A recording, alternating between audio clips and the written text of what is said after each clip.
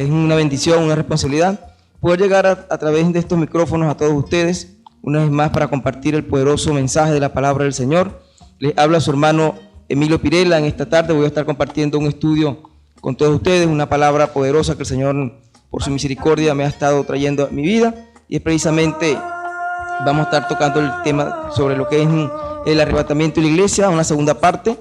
Rápidamente voy a estar ubicándome en el libro del profeta Oseas, libro del profeta Oseas, capítulo 6, versículo 2, libro del profeta Oseas, capítulo 6, versículo 2, y posteriormente en el capítulo 4 del libro de Apocalipsis.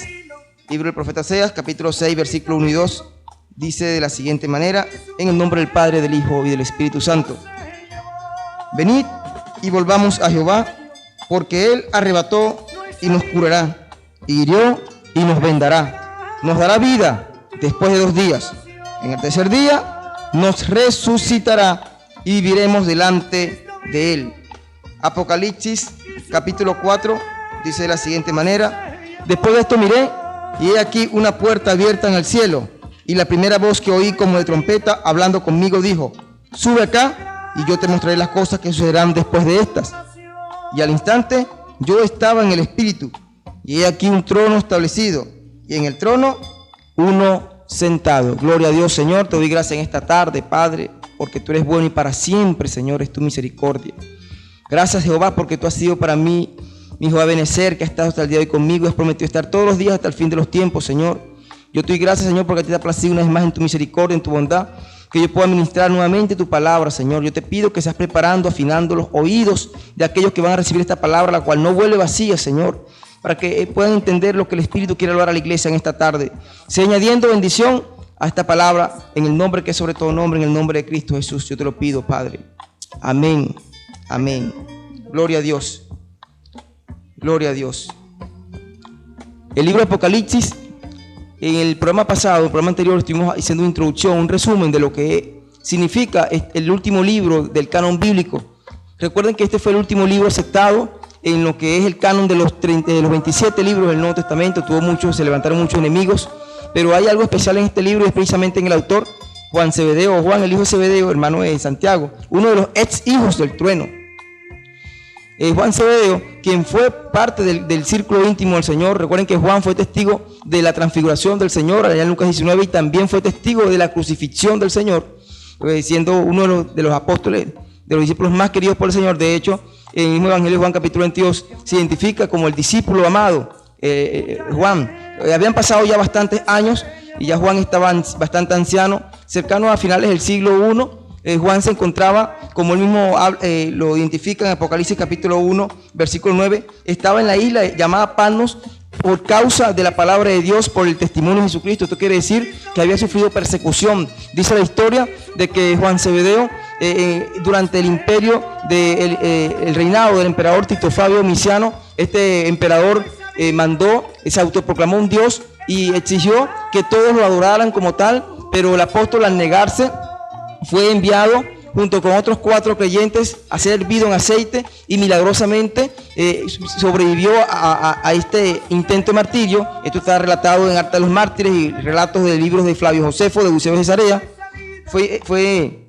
Se intentó martirizar al apóstol. Sin embargo, esto desquició al emperador Domiciano, quien, en medio de su locura, al ver que Juan había sobrevivido, lo desterró, lo mandó al exilio a una isla llamada Patmos, al sur de Grecia, el mar Egeo. Allí en esta isla, el apóstol recibe una revelación que es precisamente la última revelación, que es lo que significa literalmente el libro Apocalipsis, la revelación final: descubrir, quitar un velo. Una revelación sumamente importante para lo que es todo el canon bíblico. Definitivamente, sin el libro Apocalipsis la Biblia estuviera incompleta. Y es que este libro trae una bienaventuranza, trae 7 bienaventuranzas en total, pero hay una triple bienaventuranza que está en el versículo 3 del capítulo 1, y es precisamente para los que leen las palabras de la profecía de este libro. Dice: bienaventurado el que lee y los que oyen las palabras de esta profecía y guardan las cosas en ella escritas, porque el tiempo está cerca. Porque el tiempo está cerca. El libro de Apocalipsis es definitivamente un libro de mucha revelación, de suma importancia. Yo considero que es el libro más importante para estos últimos días. De hecho, el libro Apocalipsis, para poder entender este libro, es necesario que nos pasemos por todas las escrituras, especialmente en el Antiguo Testamento. Hay mucha simbología, hay mucha revelación que le fue dada a los profetas como Daniel, como Ezequiel, Zacarías, Malaquías. Inclusive en el mismo libro de Génesis encontramos revelación que se ven cumplida en el libro Apocalipsis. Recuerden en la mujer que está en el desierto, que con una corona de 2 estrellas, que para entender este tipo de simbología tenemos que ir obligatoriamente al libro de Génesis capítulo 37, cuando José tiene aquel sueño que simboliza a la nación de Israel con los 12 patriarcas. Este es un libro de suma importancia y tiene que ver mucho con el tema que voy a estar desarrollando esta tarde, que es precisamente las cosas que sucederán después de esta.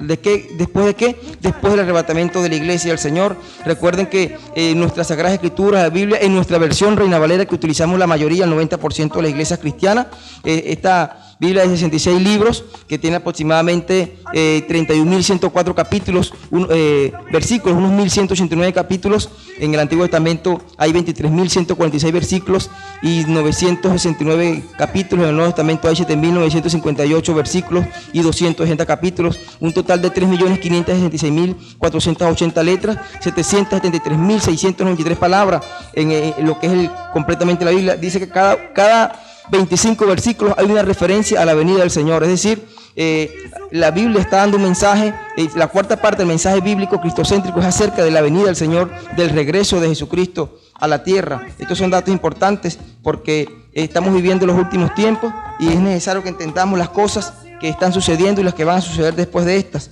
Es por ello la intención esta tarde de poder hablar acerca de este tema. Bien, les estaba diciendo, Juan recibe una revelación importante. Juan estaba, comenta el apóstol, que estaba en el Espíritu en el día del Señor. En el capítulo 1, versículo 10 de Apocalipsis, yo estaba en el Espíritu en el día del Señor y oí detrás de mí una gran voz como de trompeta. En los programas anteriores estuvimos hablando de cada uno de los mensajes que el Señor le envía a las 7 iglesias, a la cual el apóstol Juan le escribe por orden del Señor la voz que hablaba como de trompeta: la iglesia de Éfeso, de Esmirna, de Pérgamo, de Tiatira, Sardis, de Filadelfia y la Odisea. Ahora, el apóstol Juan antes ve al Señor como nunca antes, a pesar de que había compartido mucho tiempo con él durante su ministerio terrenal en la tierra. Ahora el apóstol Juan ve al Señor de una manera glorificada, lo ve con una descripción similar a la que la vio, como lo vio el profeta Ezequiel cuando fue llamado en el libro de Ezequiel capítulo 1, versículo 1, como lo vio Daniel capítulo 7, versículo 9 en adelante, como lo vio Isaías capítulo 6, versículo 1 al 3.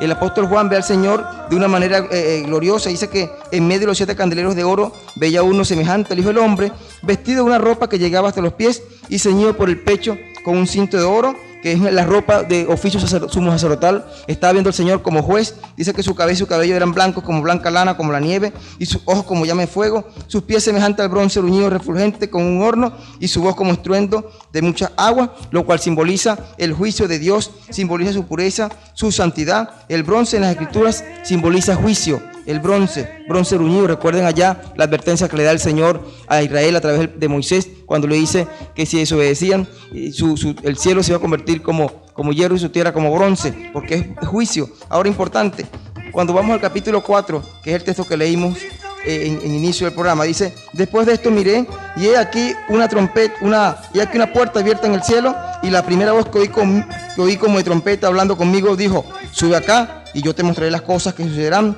después de esta. Es importante este versículo porque el libro de Apocalipsis, en el capítulo 1, el verso 1 al 7, está hablando de la venida del Señor, está hablando del advenimiento del Señor en las nubes. Y en el capítulo 4, el apóstol Juan dice que ve una puerta abierta en el cielo. Recuerden que el capítulo 3 termina con un llamado del Señor diciendo: ve aquí, yo estoy a la puerta y llamo. Aquí está viéndose el arrebatamiento claramente de la iglesia cuando dice una puerta abierta en el cielo, y la primera voz que oí como de trompeta hablando conmigo dijo: sube acá. Iglesia, aquí se está viendo una revelación. Juan está viendo el arrebatamiento de la iglesia. Recuerden que esta voz como de trompeta es la misma voz que habla el apóstol Pablo en 1 Corintios capítulo 15, versículo 52, que habla en 1 Tesalonicenses capítulo 4, versículo 16, cuando le dice que el Señor mismo, con voz de mando, con voz de arcángel y con trompeta de Dios, descenderá del cielo. La voz de trompeta. En el Antiguo Testamento las trompetas eran utilizadas para convocar al pueblo de Israel a movilizarse en el desierto, eran convocadas para llamar al pueblo a guerra, eran utilizadas para para que el pueblo adorara. De hecho, allá en el Sinaí, en Hechos 19:16, cuando el Señor se manifiesta como horno de fuego humeante, allá en el monte, había un toque de trompeta mientras el Señor estaba entregando la ley a Moisés. Igualmente, David danzaba mientras traía en el arca. Mientras estaría en el arca, estaba David danzando al toque de las trompetas. También cuando Salomón inaugura el templo, allá en 2 Crónicas capítulo 5, en la inauguración del templo, habían 120 sacerdotes de los hijos de Asaf, de Hernán y de los hijos de Jedutún, que estaban al son de trompetas mientras se hacía la inauguración del templo. El toque de trompeta en el Antiguo Testamento convocaba al pueblo de Israel para movilizarse, pero el toque de trompeta en el arrebatamiento de la iglesia está convocando a los muertos en Cristo Jesús y a sus redimidos en general para el encuentro con el Señor en las nubes. Entiéndase esto. Aquí Juan dice: estoy viendo una puerta abierta en el cielo, y el que hablaba conmigo tenía voz de trompeta. El Señor llamando a sus redimidos, llamando a su pueblo para su encuentro en las nubes. Es curioso, en las Escrituras la palabra arrebatamiento aparece muchísimas veces. De hecho, hay muchísimos ejemplos de lo que es arrebatamiento en el Antiguo Testamento. Recuerden el primer caso, el caso de Enoc en Génesis 5. Enoc, que significa consagrado, dice en la Biblia que Enoc no fue hallado porque caminó con Dios y lo llevó Dios, desapareció, no fue hallado. Cuando leemos la traducción, otras versiones más cercanas, como la versión Septuaginta, dice que Elohim arrebató, trasladó a Enoc para que no viera muerte. Enoc fue trasladado. El otro ejemplo que vemos en las Escrituras acerca de lo que es arrebatamiento lo encontramos con el profeta Elías. Recuerden en Segunda de Reyes, cuando dice que unos carros de fuego separaron a Elías y a Eliseo, y fue llevado al cielo Elías en un carro de fuego. Unas versiones más cercanas dicen que Elías fue trasladado al cielo. La Reina Valera dice fue trasladado al cielo, pero las versiones más exactas al hebreo, como la Septuaginta, dice que fue arrebatado a los cielos el profeta Elías. Otro ejemplo de arrebatamiento quizás es el profeta Ezequiel. Recuerden que el profeta Ezequiel, cuando tiene visiones y revelaciones, al igual que Juan, el profeta Ezequiel también vio los cielos abiertos en el capítulo 1. Igualmente Daniel, en una visión de la noche, en el capítulo 7, versículo 9, ve al Señor en el trono recibiendo poder. Y igualmente también Isaías ve en el capítulo 6 al Señor. El profeta Ezequiel recibe varias revelaciones, y varias veces el profeta fue trasladado, fue arrebatado también para recibir revelaciones del Señor, como el capítulo 8, cuando estando sentado frente a los ancianos de Judá, dice que vino la mano del Señor y lo tomó por uno de las guedejas de la cabeza y lo lleva y le muestra el templo, como el capítulo 40. En el capítulo 37 dice que el Espíritu de Jehová vino sobre mí y me llevó en el Espíritu a un valle lleno de huesos secos. Uno de los ejemplos de arrebatamiento en el Antiguo Testamento. Hubo un hombre como el apóstol Pablo en 2 Corintios capítulo 12, dice que él fue arrebatado hasta el tercer cielo, hasta el paraíso, en el cual escuchó cosas, oyó cosas que no le son dadas todavía al hombre poder digerir. En 1 Corintios 9 dice que son cosas, en 1 Corintios 9 dice que cosas que ojo no vio, ni oído yo, ni han llegado, no han subido al corazón del hombre, son las que Dios tiene preparadas para todos aquellos que le aman. Ejemplo de arrebatamiento, el mismo Felipe el evangelista, dice el libro de Hechos de los Apóstoles capítulo 8, que el Señor lo llevó al desierto para que tuviera un encuentro con un eunuque, un etíope de la reina de Candás, y este etíope recibió el mensaje de salvación, y después el mismo espíritu tomó a Felipe y lo arrebató y lo llevó nuevamente a Azote. Pero ahora aquí el apóstol Juan, casi 2000 años después del arrebatamiento de Enoc y más de 600 años después del arrebatamiento de Elías, él dice que escucha una puerta abierta en los cielos, encuentra una puerta abierta en los cielos y dice: ven y sube acá. Aquí ocurren muchísimas cosas. El profeta Daniel en el capítulo 12, versículo 2 dice que muchos de los que están en el polvo de la tierra despertarán, unos para juicio de eternidad, de condenación, y otros para presentarse a eternidad de salvación. Esta palabra se cumple, la virtud del Señor Jesucristo en el Evangelio de Juan capítulo 5, versículo 26 al 29, cuando dijo de una manera clara: no os maravilléis de esto, porque llegará un momento que los que están en los sepulcros oirán su voz.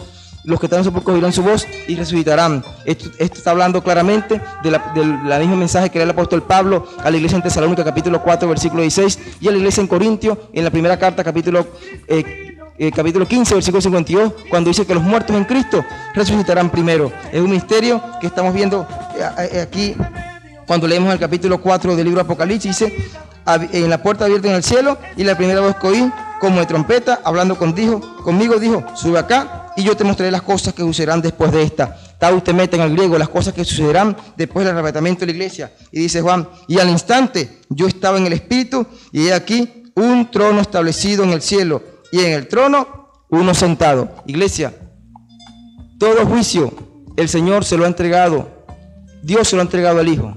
Romanos capítulo 2, versículos 5 al 16, dice que por tu dureza de tu corazón y por tu corazón arrepentido has acumulado ira para el día de la ira. El verso 16 dice, que todo juicio ha sido entregado al Hijo. 2 Corintios capítulo 5 versículo 10 dice que es necesario que todos comparezcamos ante el tribunal de Cristo. El apóstol Pedro, cuando estaba dando el sermón en la casa de Cornelio, Hechos 10:42, dice de una manera contundente que es Jesucristo el que Dios ha puesto por juez de vivos y muertos. De hecho, el apóstol Pablo, cuando daba su discurso allá en Grecia, en el Areópago de Marte, le dijo: ha establecido un día el Señor, hay una hora establecida en el cual juzgará al mundo con justicia, que es precisamente a través de aquel con el cual dio testimonio de haberlo levantado entre los muertos, que es Jesucristo. Por ello, Salomón, ya anciano, antes de morir, en Eclesiastés capítulo 12, versículo 14, dice que Dios traerá toda obra a juicio juntamente con toda cosa encubierta, sea buena o sea mala. Todo ser humano, desde Adán hasta nuestros días, inclusive los que vienen después de nosotros, esta generación, tienen que comparecer ante el tribunal de Cristo. Yo sé que muchos ateos quizás se burlan, muchas personas quieren que ven a Jesucristo como un simple profeta, en el caso de los islámicos, que ven a Jesucristo como un gran maestro, un gran filósofo, como el caso de los testigos de Jehová o los gnósticos. Ellos ignoran que Jesucristo es el juez de toda la humanidad. El trono que ve Juan establecido en los cielos es el trono de Jesucristo como rey. El trono del Rey de Reyes, el cual es el juez de toda la humanidad, el que ha sido designado por el Señor como el juez de toda la humanidad. Esto no es para burla, esto es un tema sumamente serio, porque muchos han despreciado, han minimizado los juicios de Dios y el juicio del juez de toda la tierra, de todo el universo. Vamos a ir brevemente a un corte comercial y regresamos en breve.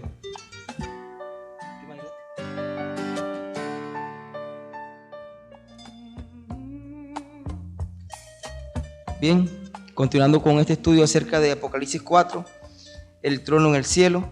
Está hablando de que el libro de Apocalipsis, Juan ve un trono establecido en el cielo, el cual denota al juez que se sienta, al juez de la humanidad, que es Jesucristo, el juez de todos los tiempos. De hecho, el libro de Apocalipsis es considerado como el libro del trono, porque la palabra trono, a pesar de que aparece aproximadamente 60 veces en el Nuevo Testamento, 45 veces aparece solamente en el libro de Apocalipsis. Dice Juan: y el aspecto del que estaba sentado era semejante al de piedra de jaspe y de cornalina, y había alrededor del trono un arco iris semejante en aspecto a la esmeralda, y alrededor del trono habían 24 tronos, y vi sentados en los tronos a 24 ancianos vestidos de ropas blancas con coronas de oro en sus cabezas, y del trono salían relámpagos y truenos y voces, y delante del trono ardían 7 lámparas de fuego, las cuales son los 7 espíritus de Dios. Bien, cuando leemos la descripción del trono que ve Juan en su visión, cuando sube al cielo, vemos que hay una copia exacta de lo que es el trono, el templo terrenal y el santuario celestial. De hecho, en el libro, cuando se le ordena a Moisés levantar el tabernáculo y posteriormente a Salomón construir el templo del Señor, vemos que hay unas similitudes en lo que es la oración. Es como que el Señor trae una copia, trae lo que está ocurriendo en los cielos, lo está llevando a la tierra, lo celestial lo está llevando a lo terrenal. Por eso es que vemos que en Hechos capítulo 26, versos 30-35, vemos que hay un lugar santísimo que formaba parte del tabernáculo de Moisés, y en Apocalipsis capítulo 4, versículo 2, estamos viendo que hay establecido un trono de Dios. En Hechos 25, del 31 al 40, vemos que hay un candelabro, una menorá de 7 brazos. De hecho, Juan veía cómo el Señor se paseaba en medio de 7 candelabros que representan su presencia, la presencia del Señor paseándose en medio de la iglesia, junto con 7 estrellas. Y en el libro en el trono que vio Juan, Apocalipsis capítulo 4, versículo 5, mientras en el lugar santísimo, en el tabernáculo, habían un candelabro de 7 brazos, Juan ve que hay 7 lámparas de fuego, Apocalipsis capítulo 4, versículo 5, que son los 7 espíritus de Dios que recorren la tierra. De hecho, dice que estas lámparas arden en fuego. En esos 30-18 vemos al Señor, vemos que hay una fuente de bronce donde Aarón y sus hijos lavaban los pies. Y en Apocalipsis capítulo 4, versículo 6, vemos un mar de cristal junto al trono de Dios. De hecho, Daniel capítulo 7, versículo 10 dice que del trono salían como un río de fuego que procedía del trono del Señor, que es la similitud que hay una de las similitudes que hay entre el trono celestial, terrenal con el celestial. Hechos 25, 17, hay querubines tallados de oro con martillo sobre el propiciatorio, donde el Señor iba a hablar con Moisés. Y en Apocalipsis capítulo 4, versículo 6, igual como lo vio Isaías, como lo vio el profeta Ezequiel, igualmente vemos como hay querubines tallados en oro en el lugar en el tabernáculo, como dice Hechos 25:17, en Apocalipsis capítulo 4, versículo 6, así como lo vio el profeta Isaías, como lo vio el profeta Ezequiel, hay querubines en el trono de Dios, hay querubines, 4 seres vivientes que tienen ojos llenos de ojos por todas partes. En Éxodo 29 se le manda a Moisés que establezca a los sacerdotes, sus sacerdotes, que son Aarón y sus hijos, y en 1 Crónicas 24 vemos cómo David establece 24 sacerdotes para 24 turnos sacerdotales, y precisamente en Apocalipsis capítulo 4, versículo 4, hay 24 ancianos delante del trono del Señor. 24 ancianos, vamos a ver más adelante, para tener una idea de quién se trata de estos ancianos, que muchos piensan que son ángeles, que son seres angelicales. Igualmente en Apocalipsis capítulo 31, versículo 9, está el altar del holocausto en el tabernáculo, y en Apocalipsis capítulo 6, versículo 9 al 11, está el altar debajo del cual están las almas que están clamando por venganza, están clamándole al Señor. Y en Éxodo 31:9 también hay un altar de incienso, o el altar dorado, donde nadie vio ofrecer un fuego extraño. Y en Apocalipsis capítulo 8, versículo 3-5, hay un altar de incienso que son donde están las copas, que son llenas con las oraciones de los santos. En Josué 3:6 y en Hechos 25:22 está el arca del pacto, el arca de la alianza, donde el Señor le dijo a Moisés: de allí me hablaré contigo, sobre el propiciatorio que estaba precisamente en el arca de la alianza. Y en Apocalipsis capítulo 11, versículo 19, cuando se abren los cielos con truenos, con terremotos, se abrió el cielo, y dicen que vieron el arca del pacto nuevamente, que aparece después que se extravía en tiempos de cautividad. Son similitudes. Hay algo que llama la atención en este pasaje que leímos, y es precisamente la figura de los 24 ancianos que están alrededor del trono. Dice Juan en Apocalipsis capítulo 4, versículo 4, y alrededor del trono había 24 tronos, y vi sentados en los tronos a 24 ancianos, vestidos de ropas blancas con coronas de oro en sus cabezas. ¿Quiénes son estos 24 ancianos? La Biblia ciertamente no da datos específicos acerca de quiénes son estos personajes. Sin embargo, por el cántico que hacen estos ancianos, los ancianos en Apocalipsis capítulo 5, versículo 9, cuando dicen los 24 ancianos se postraron delante del Cordero, todos tenían arpas y copas de oro llenas de incienso, que son las oraciones de los santos, cantaban un cántico nuevo diciendo: digno eres de tomar el libro y de abrir sus sellos, porque tú fuiste inmolado y con tu sangre nos has redimido. Esto, por supuesto, echa por tierra aquella tesis de que son ángeles, porque solamente los redimidos por la sangre de Jesucristo pueden cantar este cántico que dice: por tu sangre nos has redimido y nos has hecho reyes y sacerdotes para nuestro Dios. Quizás muchos dicen que estos 24 ancianos posiblemente sean de los santos que resucitaron, los que se convirtieron junto con el Señor en la primicia de la resurrección de los muertos, allá en Mateo 24, 27, 52, cuando Cristo resucita y con él resucitan muchos santos del Antiguo Testamento. Otros creen que se trata de los 12 patriarcas y de los 2 apóstoles. Recuerden que Juan también fue apóstol, porque como en la Nueva Jerusalén, en los muros de la ciudad, en las puertas, hay 24 nombres escritos precisamente de las 12 tribus de Israel y de los apóstoles, hay una especulación que se dice que son estos. Sin embargo, tenemos que callar donde la Biblia manda callar. Ahora, ¿cómo sabemos que el que está sentado en el trono es nuestro Señor Jesucristo? Hay testigos de Jehová, por ejemplo, que ellos señalan de que el Señor, el que se habla Apocalipsis, no es Jesucristo, sino el Dios. Hay algo importante, un dato importante que hay que tomar en cuenta, y es precisamente que los seres vivientes que están alrededor del trono del Señor, ellos dicen, no cesan de decir día y noche: digno eres, Señor, de recibir la gloria, la honra y el poder, porque tú creaste, y por tu mano todas las cosas fueron hechas, por tu voluntad fueron hechas. Pero algo muy importante es que ellos van cantando: santo, santo, santo es el Señor, santo, santo, santo, todopoderoso, el que era, el que es y el que ha de venir. En esta frase, el que ha de venir, el griego talita jolam, en el hebreo talija jolam, en el griego el fin del león, está hablando de la venida del Hijo del Hombre. Y cuando dice el que era, el que es y el que ha de venir, a los 4 seres vivientes entonar, hacer esta afirmación, se está refiriendo es a la persona de Jesucristo, porque el que ha de venir es precisamente Jesucristo. Recuerden en Hebreos 10:37 que el profeta Habacuc habló también, capítulo 2, versículo 3, cuando dice: aunque tardará un poquito, pero el que ha de venir vendrá y no tardará. El mismo Juan en el capítulo 1, versículo 8 de Apocalipsis dice: el que era, el que es y el que ha de venir. Aquí claramente se está refiriendo es al Señor Jesucristo.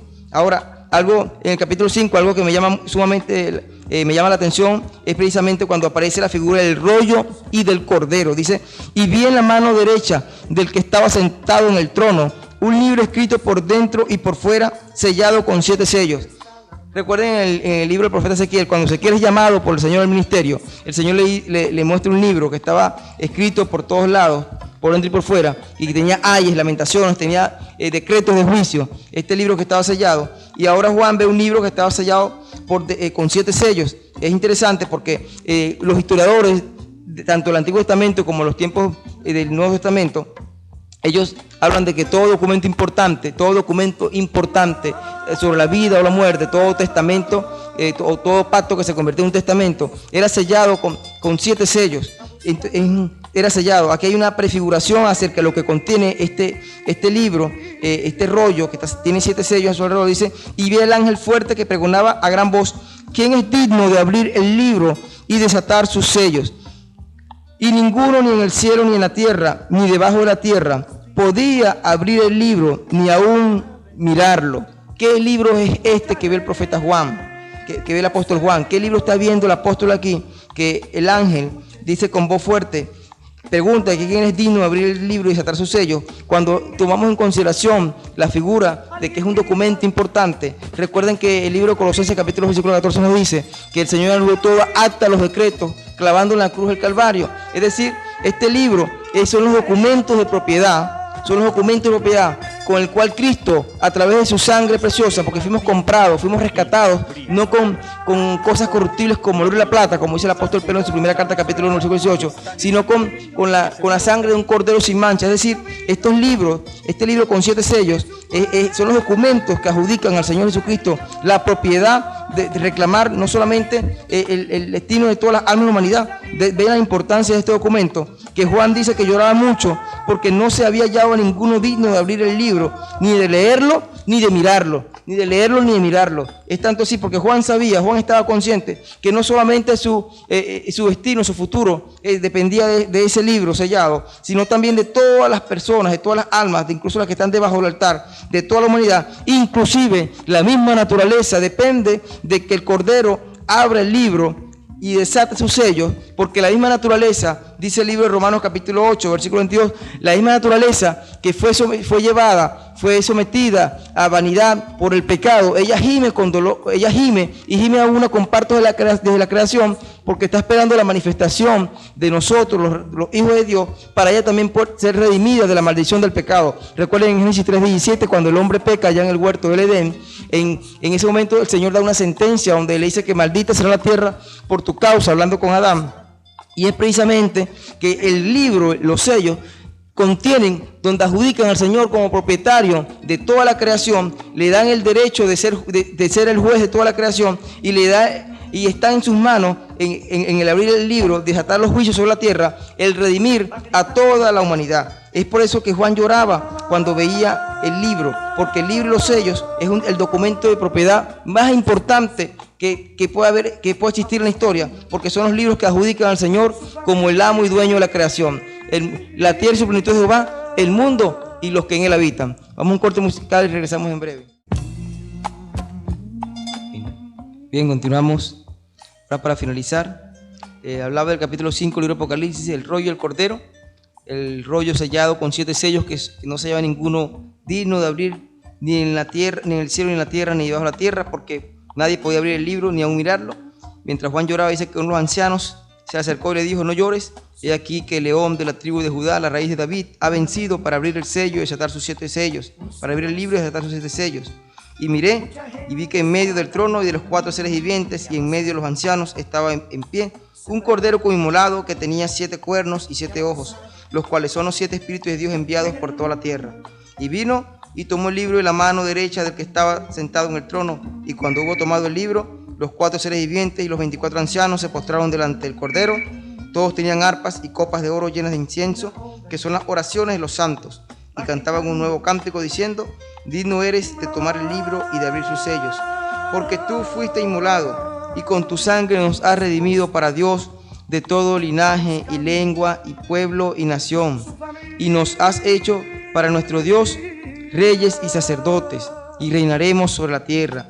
Y miré y oí la voz de muchos ángeles alrededor del trono, y de los seres vivientes, y de los ancianos, y su número era millones de millones, que decían a gran voz: El cordero que fue inmolado es digno de tomar el poder, las riquezas, la sabiduría, la fortaleza, la honra, la gloria y la alabanza. Y a todo lo creado que está en el cielo y sobre la tierra y debajo de la tierra y en el mar, y a todas las cosas que en ellos hay, oí decir al que está sentado en el trono y al cordero, sea la alabanza, la honra, la gloria y el poder, por los siglos de los siglos. Los cuatro seres vivientes decían, amén. Y los 24 ancianos se postraron sobre sus rostros y adoraron al que vive por los siglos de los siglos. Gloria a Dios. Bien, el cordero inmolado, como dice Apocalipsis capítulo 13, versículo 8, es el cordero inmolado antes de la fundación del mundo. Cuando Juan el Bautista vio descender al Señor al Jordán, dice aquí el cordero que quita el pecado del mundo. Gloria a Dios.